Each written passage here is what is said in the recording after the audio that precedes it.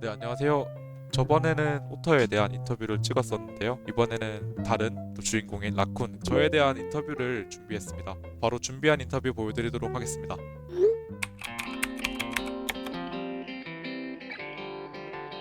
네, 안녕하세요. 저는 개발 2년차 주니어 개발자인 라쿤이라고 하고요. 혹시 아시는 분이 있을지 모르겠지만 예전에 삼격동 너구리라는 이름으로 블로그랑 영상을 찍었었는데 삼격동 너구리가 이렇게 라쿤까지 이어지게 되었습니다. 오터가 개발 직군으로 이직을 하고 싶다고 해가지고 저한테 얘기를 했었는데, 그때 제가 오터의 이직에 좀 도움이 되기도 하고, 그리고 개인 성장을 위한 공부도 될 겸 이렇게 유튜브 영상을 계속 찍어서 채널을 운영해보자라는 결정을 하게 되었고요. 그렇게 시작했던 게 인터뷰까지 하게 되었네요.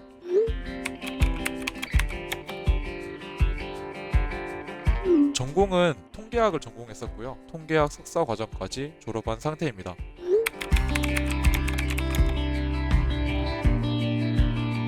저는 사실 개발자 직군으로 변경할 생각이 전혀 없었는데요. 입사할 때에도 실제로 개발 직군이 아니라 그냥 비개발 직군으로 입사를 했었거든요. 근데 입사 후에 저희 부서장님의 권유로 소프트웨어 직군으로 바뀌게 되었습니다. 개발 직군으로 변경을 할 때 개발을 진짜 제가 해본 적이 없었거든요. 그래가지고 사내에서 자체 소프트웨어 관련 교육 과정을 진행을 했었습니다. 그때 C 언어를 이용을 했었고요. 콘솔 게임이라든지 작은 인터프리터를 만들어 보는 식으로 토이 프로젝트를 진행을 했었고, 개인적으로는 백주 문제를 조금씩 풀어보면서 공부를 했었던 것 같아요. 그렇게 한 반년 정도 지나고 나서 사내 자격증을 취득을 해가지고 소프트웨어 직군으로 변경하게 되었습니다.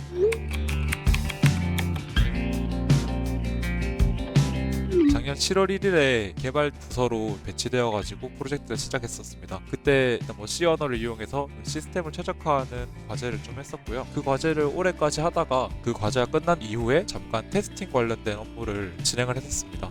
그래서 테스팅 관련해서 고민을 해볼 수 있는 시간을 가질 수 있었는데, 그 과정에서 카오스 엔지니어링이라는 분야에 대해서도 좀 접할 수 있었고, 도커라든지 쿠버네티스 같은 이런 신기술에 대해서도 겪어볼 수 있어서 좋았던 기억이 있고요. 올해 말부터 LLM 관련 업무를 시작을 했는데, 이제 내년도부터 본격적으로 시작할 것 같습니다. 현재는 LLM 관련된 서비스를 배포하고 있는데 여기서 리액트를 사용 중이고요. 아마 내년부터 LLM 모델에 대해서 직접적인 업무를 하게 된다면 아마 파이썬 라이브러리를 이용해서 모델 연구에 대한 업무를 진행할 것 같습니다.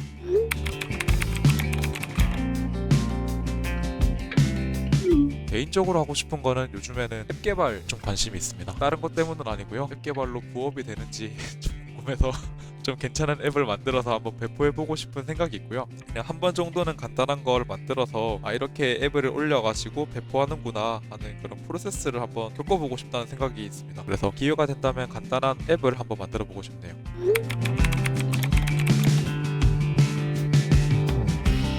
제가 진행했던 프로젝트들이 대부분 백엔드 관련된 것들이라서 굳이 뽑자면은 백엔드 개발자라고 봐야 될 것 같아요. 아직 전연차기도 하고 진짜 그냥 개발 자체에 대한 경력이 많이 적다 보니까 특별하게 나는 무슨 개발자다라고 특정 짓는 게 조심스럽네요. 지금은 뭐 여러 가지 많이 배우고 있는 주니어 개발자입니다.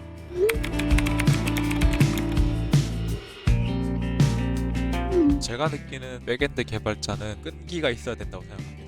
겪었던 경험으로는 이게 왜 안 되지? 또는 이게 왜 되지? 하는 것들이 되게 많았었는데, 버그가 있는데도 어떤 버그가 있는지도 찾을 수가 없고, 근데 그런 것들을 결국 찾긴 해야 되잖아요. 찾기 위해서 끈기 있게 찾으려는 강한 마음이 필요한 것 같습니다.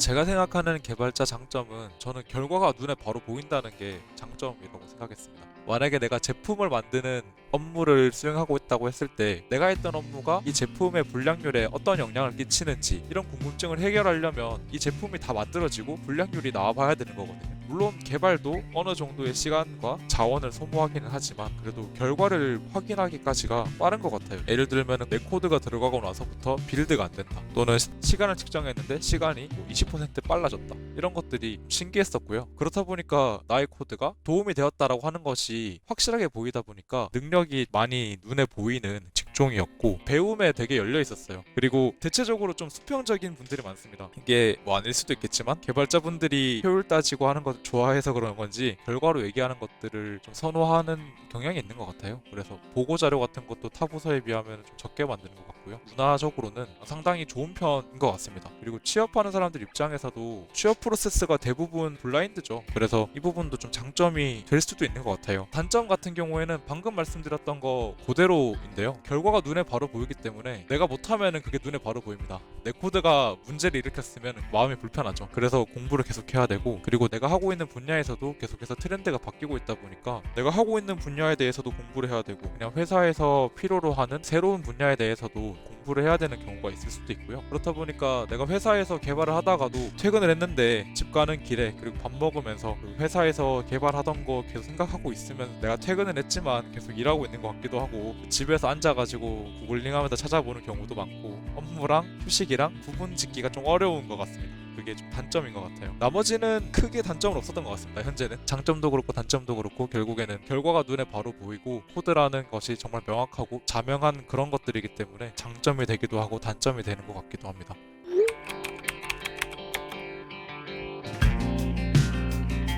저는 개발자 만족도는 높은 편입니다. 일단은 문화적으로 계속해서 자기 성장을 독려하고 수평적인 문화 자체를 굉장히 긍정적으로 생각하고 있고요. 그리고 개발자 성향과 제가 조금 맞는 것 같다라는 생각이 들어요. 개발 업무를 하면서도 보람을 느끼는 케이스도 있고 재미를 느끼는 순간도 많아가지고 개발 업무를 하는 데 있어서는 만족도는 높은 편입니다. 제가 비전공이라고는 했지만 사실 그렇게 무관하진 않거든요. 요즘 시대에는 어느 정도 좀 엮을 수 있는 부분들이 분명히 있기 때문에 전공을 그렇게 포기했다라고도 생각이 안 들어서 여러 가지를 따져봤을 때 개발자 만족도가 꽤 높은 편입니다.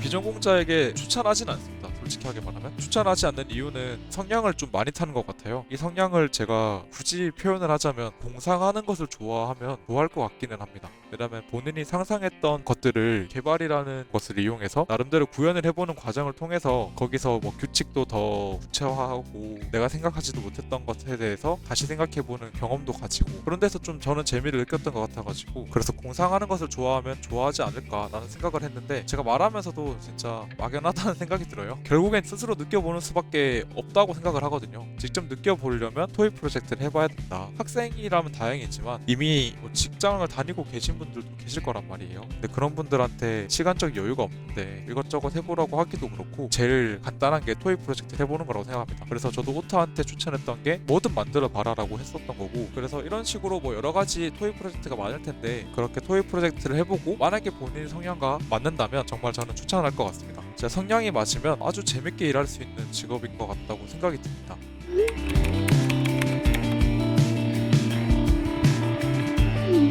제가 요즘에 오터랑도 공부하면서 느끼는 건데 진짜 비전공자들한테 개발자 추천을 되게 많이 하더라고요. 유튜브 광고라든지 인터넷 광고라든지 그런 것들에서 대체로 그 문구들이 저는 좀 자극적이라고 생각했습니다. 뭐 비전공자도 개발자 몇 개월 하면 할 수 있다 이런 식으로 문구가 많이 형성되어 있더라고요. 물론 비전공자가 개발을 잘할 수 있다는 것은 사실입니다. 근데 이는 일부 비전공자들이고요. 뭐 실제로 전공자들도 일부가 잘할 수 있는 건데 당연히 비전공자도 일부만 잘할 수 있는 거거든요. 그렇기 때문에 그 매체에서 말하는 비전공자도 개발 잘한다, 뭐 억대 연봉이다 이런 얘기에 너무 현혹되지 마시고 진짜 관심이 있으시다면은 토익 프로젝트를 해보거나 다른 방법을 이용해서 내가 진짜 개발에 재미를 느끼는 건지에 대해서 먼저 고민을 해보셨으면 좋겠습니다. 진짜 다행인 거는 개발 초기 비용이 거의 0에 가까워요. 대부분 PC를 가지고 계실 거고, 그리고 파이썬이라든지 뭐 C 언어라든지 이런 것들은 대부분 무료예요. 그리고 교육 자료까지 무료인 경우가 되게 많습니다. 뭐 유튜브에도 무료 강의가 엄청 많고 교육 플랫폼에서도 무료 강의를 조금 제공해주는 걸 알고 있어요. 그래가지고 본인의 진짜 관심도 있고 의지만 있다면은 분명히 활용할 수 있는 곳들이 정말 많거든요. 그리고 그냥 양성 과정을 통해서 뭐 한번 갔다 와보면은 내가 개발자 괜찮은지 안 괜찮은지 또 느낄 수 있잖아요.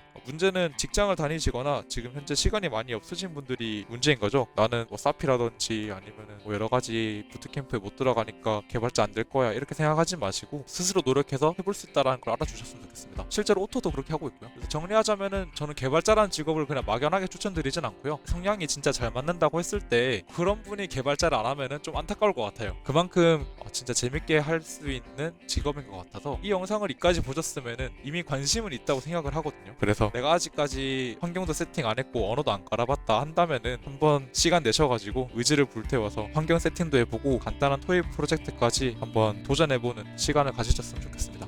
이상으로 저희가 준비한 인터뷰 영상은 끝이고요. 혹시나 저한테 궁금하신 점이 더 있다면은 댓글로 남겨주시면 최대한 답변 드릴 수 있도록 노력하고, 그리고 앞으로 저희가 이제 주변 지인분들께 인터뷰 요청을 드려야 되는데 어떤 개발자가 궁금한지 댓글 남겨주시면은 최대한 그런 분을 섭외해서 인터뷰 해볼 수 있도록 하겠습니다. 그럼 이상 인터뷰는 마치도록 하겠습니다. 감사합니다. 감사합니다.